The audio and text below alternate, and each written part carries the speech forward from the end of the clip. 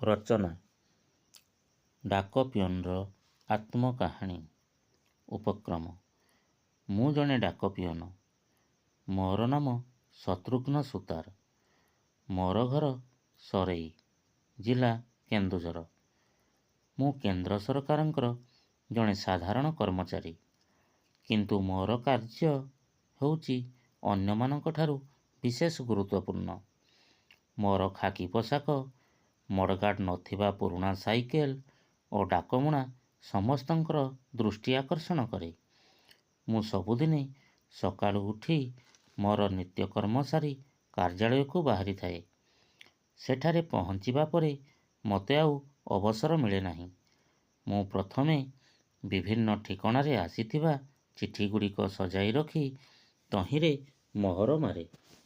ପରେ ପରେ ସେଗୁଡ଼ିକୁ ବିଭିନ୍ନ ଠିକଣା ଅନୁଯାୟୀ ସଜାଡ଼ି ରଖି ଲୋକମାନଙ୍କୁ ବାଣ୍ଟିବା ପାଇଁ ଚାଲିଯାଏ।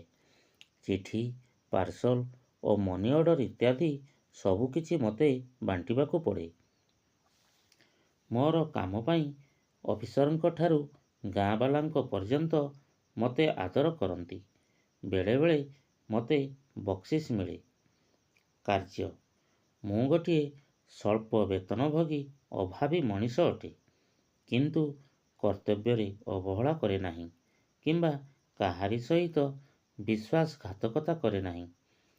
ମୋର ସଂସାର ଦାୟିତ୍ୱ ମୋତେ ବହୁତ ବାଧେ, କିନ୍ତୁ ମୁଁ ଆନନ୍ଦ ମନରେ କର୍ତ୍ତବ୍ୟ କରି ପ୍ରତିଦିନର ଦାୟିତ୍ୱ ତୁଟାଇ ଦେବାକୁ ଭଲ ପାଏ।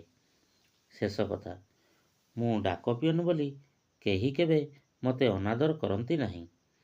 ଅଭାବ ଅସୁବିଧା ବେଳେ ମୁଁ ଯାହା ପାଖରେ ପହଞ୍ଚେ ସଭିଏଁ ମୋତେ ସାହାଯ୍ୟ କରନ୍ତି।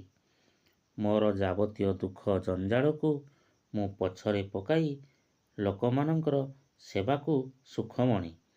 ଦୁଃଖ, ସୁଖ, ହାନି ଓ ଲାଭ ସବୁଥିରେ ମୁଁ ଅନ୍ୟମାନଙ୍କ ପାଖରେ ଠିଆ ହୁଏ ଏବଂ ଅନ୍ୟମାନେ ମୋତେ ସେହିଭଳି ସାହାଯ୍ୟ କରନ୍ତି।